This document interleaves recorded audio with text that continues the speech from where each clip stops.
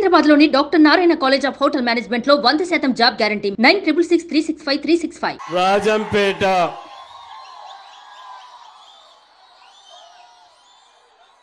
ఈరోజు మీ ఉత్సాహం చూస్తా ఉంటే రాజంపేట ఎలక్షన్ అయిపోయినట్లే ఉంది. పెద్దలు చంద్రబాబు నాయుడు గారికి, మీ ప్రియతమ నాయకుడు పవన్ కళ్యాణ్ గారికి, ఎమ్మెల్యే అభ్యర్థి సుబ్రహ్మణ్యం గారికి, ఇక్కడ విచ్చేసిన తెలుగుదేశం కార్యకర్తలందరికీ, భారతీయ జనతా పార్టీ కార్యకర్తలందరికీ, జనసేన కార్యకర్తలందరికీ, యువకులందరికీ నా హృదయపూర్వక వందనములు.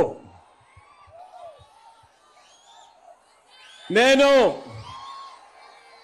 మొట్టమొదటిసారి చంద్రబాబు నాయుడు నేను కలిసి మీటింగ్ లో పార్టిసిపేట్ చేయటం జరుగుతా ఉంది. ఇంతవరకు ఎప్పుడూ లేదు. మా తండ్రి గారు చంద్రబాబు నాయుడు సమకాలికులు. పవన్ కళ్యాణ్ గారు అన్న నేను కలిసి మీటింగుల్లో పార్టిసిపేట్ చేశాం. పవన్ కళ్యాణ్ గారితో కూడా ఈరోజు పార్టిసిపేట్ చేయటం చాలా సంతోషంగా ఉందనేది స్పష్టంగా తెలియజేస్తున్నాను. ఇల్లు అలగ్గానే పండగ కాదు. ఈ ఉత్సాహం మే 13వ తేదీ వరకు ఖచ్చితంగా తీసుకొని పోవాల్సిన అవసరం ఉన్నది. ఈ ఒక పక్క మోడీ గారి నాయకత్వంలో కేంద్రంలో, రాష్ట్రంలో చంద్రబాబు గారి నాయకత్వంలో ఖచ్చితంగా 2 ప్రభుత్వాలు రావాల్సిన అవసరం ఈ దేశానికి, ఈ రాష్ట్రానికి అవసరంగా మారిందనేది స్పష్టంగా తెలియజేస్తున్నాను. నేను కూడా ముఖ్యమంత్రిగా పనిచేశాను. పరిపాలన తెలిసిన వాడిని. ఇంత దరిద్రమైన పరిపాలన నా జీవితంలో నేను చూడలేదు.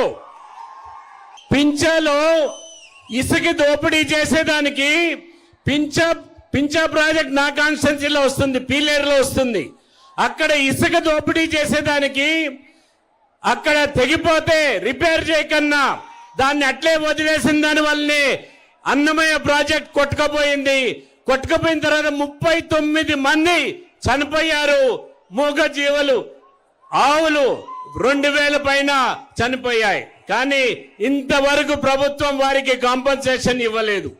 ఇటువంటి ప్రభుత్వం పేదల పట్ల పూర్తిగా వ్యతిరేకమైన ప్రభుత్వం మీకు అవసరమా అనేది మీరు ఆలోచన చేసుకోవాల్సిన అవసరం ఖచ్చితంగా ఉంది. ఉద్యోగాలన్నీ ఏమైపోయినాయి? యువకులు ఇంతమంది ఉన్నారు. డిఎస్సీలు పెడుతున్నారా? ఉద్యోగాలు ఇస్తున్నారా? ఒక్కసారి ఆలోచన చేసుకోవాలి.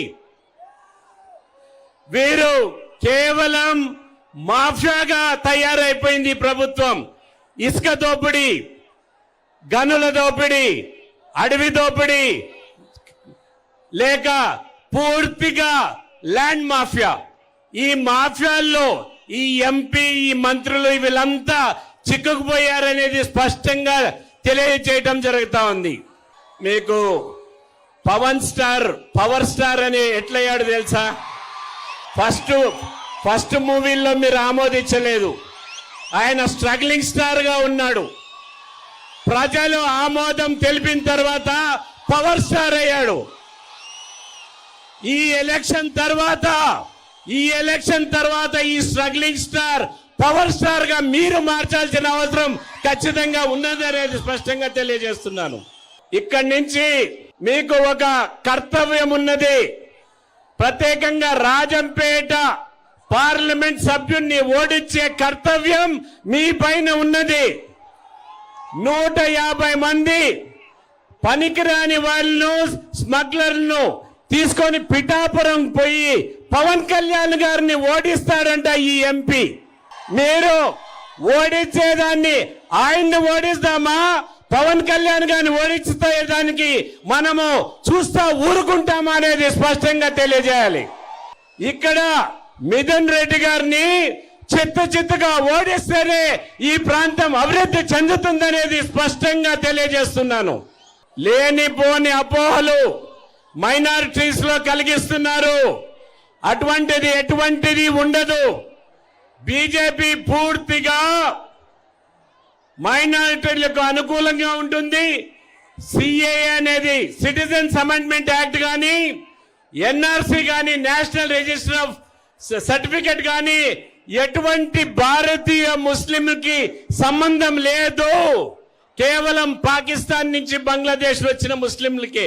ఇది కేవలం అపోహలు సృష్టించి మీలో ఒక భయం క్రియేట్ చేసేది. సుమన్ టీవీలో మీ పర్సనల్ అండ్ బిజినెస్ ప్రమోషన్స్ కోసం కింది నెంబర్కి కాంటాక్ట్ చేయండి.